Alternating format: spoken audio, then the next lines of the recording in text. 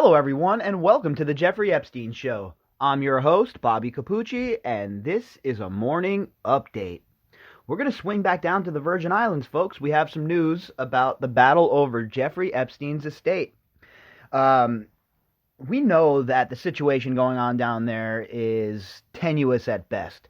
We have Indike and Khan, the executors of Jeffrey Epstein's estate, fighting tooth and nail against just about everything that Denise George wants to do. And what we have left after all of the carnage is the survivors still sitting around and wondering when their day is coming. When are they going to get the validation that they deserve? When are they going to get the reparations that they deserve? Well, it all depends on what happens in this court fight. It all depends on Indike and Khan and how Denise George goes about her business. Now, the last time we talked about the Virgin Islands, we talked about how Denise George was using the word RICO. And I think it's pretty well established here on the podcast how I feel about RICO statutes and how I believe that they are definitely the bazooka in the arsenal. So if Denise George follows that route and she ends up slapping these boys with RICO charges, then the whole entire game has changed. But for now, they're still having a battle in the courtroom, and they're trying to figure out this whole entire survivors fund. So it looks like they're at an impasse, and both sides have come together at this point, asking for the judge to render a decision.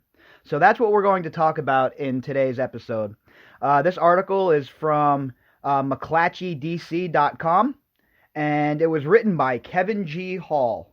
Headline: Parties feuding over Jeffrey Epstein's fortune tell judge in Virgin Islands, you decide. And look, I get it. That's the judge's job, right? Both sides should bring their case to the judge. Denise George should bring her case to the judge, and Darren Indike and Khan should bring their concerns before the judge, and the judge should adjudicate, right? But again, the most important part, in my opinion, about all of this is the input from the survivors and their lawyers. How come we're not hearing more about that? I understand that this is a battle between the Attorney General, Denise George, and the estate of Jeffrey Epstein. I get it. That's the main participants here. They're having a battle royale, and the lawyers for the survivors are kind of sidelined here as these two battle it out, right? They don't have they're not part of this headbutting going on here. All they want is for their clients to get the monetary fundage that they deserve. Because at the end of the day, that's what this is all about, right? Making sure that these survivors get the money that is coming to them so that they can get on with their lives. And hopefully the money that they get will help them find a little bit of peace inside of the craziness that has been caused by Jeffrey Epstein and his associates. So that's what's going on down here. We're going to, the battle is on. And we know that Indike and Khan are not good players in this game. We know their history. Especially Indike. We know what he's up to. We know that he's been around Jeffrey Epstein forever. And we know that these two are Jeffrey Epstein's house lawyers. And obviously, they still are loyal to Jeffrey Epstein, even in death. So let's jump into the article and see what Kevin G. Hall has to say. Seeking to move ahead with the survivors' compensation fund, lawyers for Jeffrey Epstein's estate have asked a judge to ignore concerns of the Attorney General of the Virgin Islands and allow the creation of a fund that's been stymied since last November. This is how arrogant these guys are, Khan and Indike, and this is how used to get in their way that they are. They actually have the audacity to ask the judge in the Virgin Islands to ignore what the Attorney General wants to be done with this fund. Now, on what planet do Khan and Indike think they're living where they're dictating the terms? You dudes are lucky you're not arrested under RICO statutes, and in fact, that might be coming down the pipe for the both of you clowns. For these two idiots to get in front of the judge and argue that what the Attorney General thinks in the case doesn't matter, it's the arrogance of it is disgusting. The co-executors of Epstein's estate, Richard D. Khan and Darren K. Indike, filed their response before the Superior Court of the Virgin Islands last Friday at the start of the Easter weekend, but it became public on Monday. The pair chosen by Epstein to settle his estate shortly before his reported jail cell suicide last August 10th angrily fought back against an April 7th filing by Attorney General Denise George that seeks to exert oversight. And again, it all comes back to oversight, right? These people like Khan and Indike, they're used to operating in an area where there is zero oversight. They're used to operating on a playing field where they make the rules, where they are in charge of every little thing that happens, and that the narrative never goes off course. That's the kind of world that these people have lived in, that have been with Jeffrey Epstein for all of these years. And you notice Epstein chose Indike and Khan, right? I wonder why. Why would he choose these two guys? Why are they so trustworthy? They must have been real close to Jeffrey Epstein, right? And it's funny to see that they're here trying to battle it out with Denise George about oversight, considering we know that the problem with all of these bureaucracies in general is that they have no oversight. So I highly doubt that the judge is going to side with Indike and Khan in this matter and tell Denise George that she cannot have any input as to how this unfolds. The Attorney General has no right to inject herself into the program, dictating its policies, procedures, and administration. Lawyers for the co-executors wrote, to allow her to do so would rob the program of its independence, one of its most critical attributes. I can't even believe that they would write this. And how did the lawyers write this with a straight face? Independence? The program has independence, huh? There is zero independence in this program. In fact, it's so draconian that according to the executors and the estate, if the girls get a cash payout, they can't even go after a third party who might have been involved in their assault that isn't Jeffrey Epstein. So don't tell me about, don't act like you guys need independence for this program, because if you were given independence, the survivors would be getting victimized all over again. Nobody can trust you, Darren Indike. All right, you're a piece of work, buddy. Okay, you're not a truthful person in this situation. You're not somebody that we can rely on to do the right thing, and you're certainly not somebody that the survivors can rely on. The filing called on the Superior Court to give a final okay to creation of the compensation fund, which the estate proposed last November. Attorney General George has thrown a wrench into those plans, putting liens in January on 2 islands that were owned by Epstein, and the liens have made it difficult for the estate to transfer money around and pay employees and bills for Epstein's far-flung properties. Again, they shouldn't be paying bills for all of that. All it's doing is siphoning money away from the survivors. Shut down all of these properties, right? Shutter them and make sure not one single gardener is walking around cutting hedges or anything else. Enough already. Stop siphoning money from these properties. Denise George was completely right when she put a lien on these places, because she understood what was going on. She understood that there was a ton of money going out. We saw what happened when the bank reactivated and all these millions, 14 million or so. This is real money that could go to help the survivors who suffered at the hands of these monsters for so long. And it really gets me going. It really makes me mad when they start siphoning dough away from these people. Why don't you just go ahead, be done with it, slap RICO on these people, and seize these properties. All right? Seize these properties, auction them off, and every last dollar goes to the survivors. Anything less than that, we'll have a problem. George wants the estate to allow a noted child sex victim advocate, Marcy Hamilton, to join the proposed fund to review matters.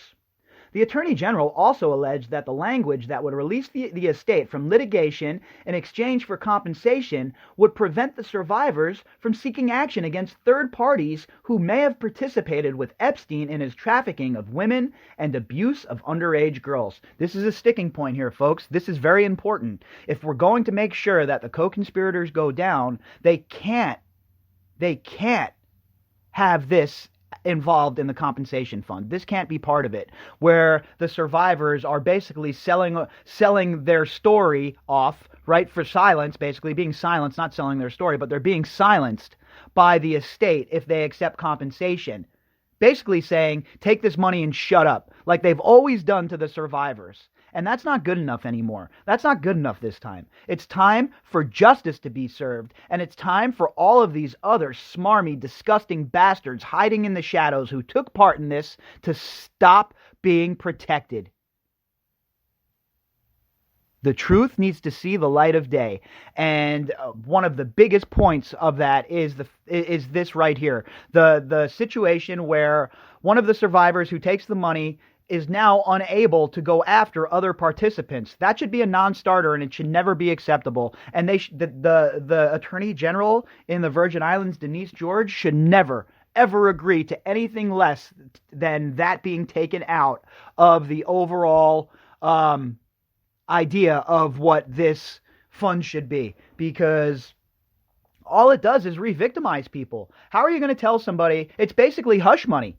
If you tell them, here, take this money and shut up, don't tell your story, it's hush money. There's no other way to look at it.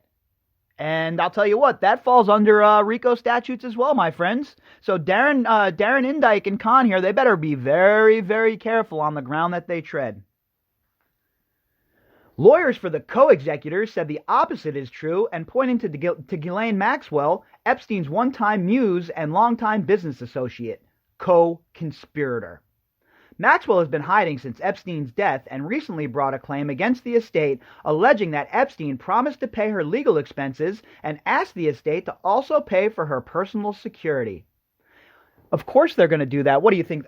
Look, I don't have any evidence to back this up, what I'm about to say. But do you think that Ghislaine Maxwell is not in contact with Jeffrey Epstein's estate, with Indyke and Khan, considering she was spent so much time with them, considering she's the only boss left in the organization, considering she has all of the keys to the kingdom, considering she has the maps to where all of the bodies are buried? And then you go back and you think about her coming out with her little statements through Laura Goldman, her little precision strikes, and then right after that we see action from Khan and Indyke, and you're going to tell me that they're still not in contact, that Ghislaine Maxwell isn't still talking to them and giving them some marching orders? I don't believe that. I'd have to see evidence proving otherwise at this point. The purpose of the release, lawyers argued, is to have the estate avoid being pulled into litigation by individuals who claim that the estate is legally responsible for their actions. Oh, please, more legalese, more loopholing, and more excuses. At the end of the day, it all boils down to this. Khan and Indyke, they don't want to pay the survivors what they deserve. They're trying to hoard as much money as possible because... What, you don't think that they have a chance to enrich themselves a little more on the back of this? Of course they do. What do you think? They're doing this for free? George brought a civil enforcement against the estate earlier this year, labeling it a criminal enterprise. Yeah, that's exactly what it is. Now, instead of just the civil enforcement, let's get a criminal enforcement against the estate and charge them all with RICO.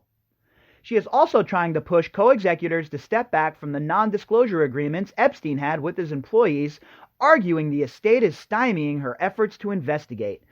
Yeah, look, this is typical of Epstein. This is how he always operated. And if anyone thinks that in his death that his hordes of minions aren't going to continue to operate under the same SOP, you have not been paying attention. This is not just about Jeffrey Epstein anymore. All right, Jeffrey Epstein, unfortunately, avoided justice. He avoided punishment. Now, the wrath needs to be turned on everybody who is still alive who helped him conduct this criminal enterprise. And Indyke and Khan, you, my friends, are certainly in the crosshairs. In filing their renewed request for expedited approval of the compensation fund proposed last November 14th, lawyers for the co-executors took a swipe at George, who is a relatively new to the post, saying that the Attorney General has no business forcing the court to act as umpire on each of her dissatisfactions with the program. It's unclear when the court might rule, but both sides have now filed documents declaring they are unable to break the impasse and want a judge to do so. Look, I don't know if this is the best strategy for Indyke and Khan, relying on a judge in the Virgin Islands to be the arbiter here. They would have been better served hammering out a deal with Denise George, because I have a funny feeling that the Virgin Islands is going to step up to the plate here, and they're going to scoop SDNY, and they're going to be the ones who bring the charges. I'll tell you, I don't know. I don't have any, obviously, no evidence to prove that. That's just my opinion and my take on this, on the whole thing. Considering Berman and Maureen Comey and the rest of the SDNY office has had this evidence for years, and we haven't seen them be nowhere near as contentious as Denise George is being here. She's being very standoffish and very, very willing to stand in the middle of the octagon and trade shots with these guys. Again, Denise George is doing everything right, in my opinion, except for the whole trying to get money out of the fund for the Virgin Islands. If she just avoids that and sticks to standing in the center of the octagon, biting down on her mouthpiece and throwing big shots at Indike and Khan and the estate as she's protecting the interests of the survivors, I'll tell you what, the sky's the limit for her level of being a hero in this story. I mean, if they keep going the way they're going in the Virgin Islands, the way it's looking like, and this judge rules in favor of Denise George and the survivors here and forces the estate into some of the stipulations that have been put forward by the prosecutor's office, we're going to be waking up to a whole new case, folks, because basically what that'll tell Indike and Khan is their nonsense is over. They're not going to be able to game the system. They're not going to be able to play games with this judge, and this judge isn't going to be like Preska, right? This judge, if everything keeps on the same course that it has been so far down there, this judge is the kind of judge that'll blow their shit right out of the water. So I'm really hoping that we get the unexpected gift of the Virgin Islands coming out of this as the good guys. I've been saying it for a long time, folks. We need a hero in the prosecutor's office. Somebody, man or woman, who does not fear people like Epstein, does not fear the people that Epstein was working for. And somebody like Denise George, who has their own political aspirations and is kind of new to the scene and is a bit of a maverick, this is the sort of person that you look for to go after these people with both guns blazing. And if she does that and she keeps up on this path, this RICO path, I'm telling you folks, we're going to have a whole new ball game in front of us. And the people that were involved, they're going to be running for the hills, or they're going to be running to their lawyers to make a plea deal so they're not staring down 5 RICO charges that each carry a 20-year term. It's interesting to see where this goes, folks, and we're going to stay on top of it like usual down here in the Virgin Islands. As you all know, this is a very interesting aspect of the case to me and a very important part of the case overall. So we're going to stick with it down here in the Virgin Islands, and we're going to see how this whole entire estate fiasco shakes out.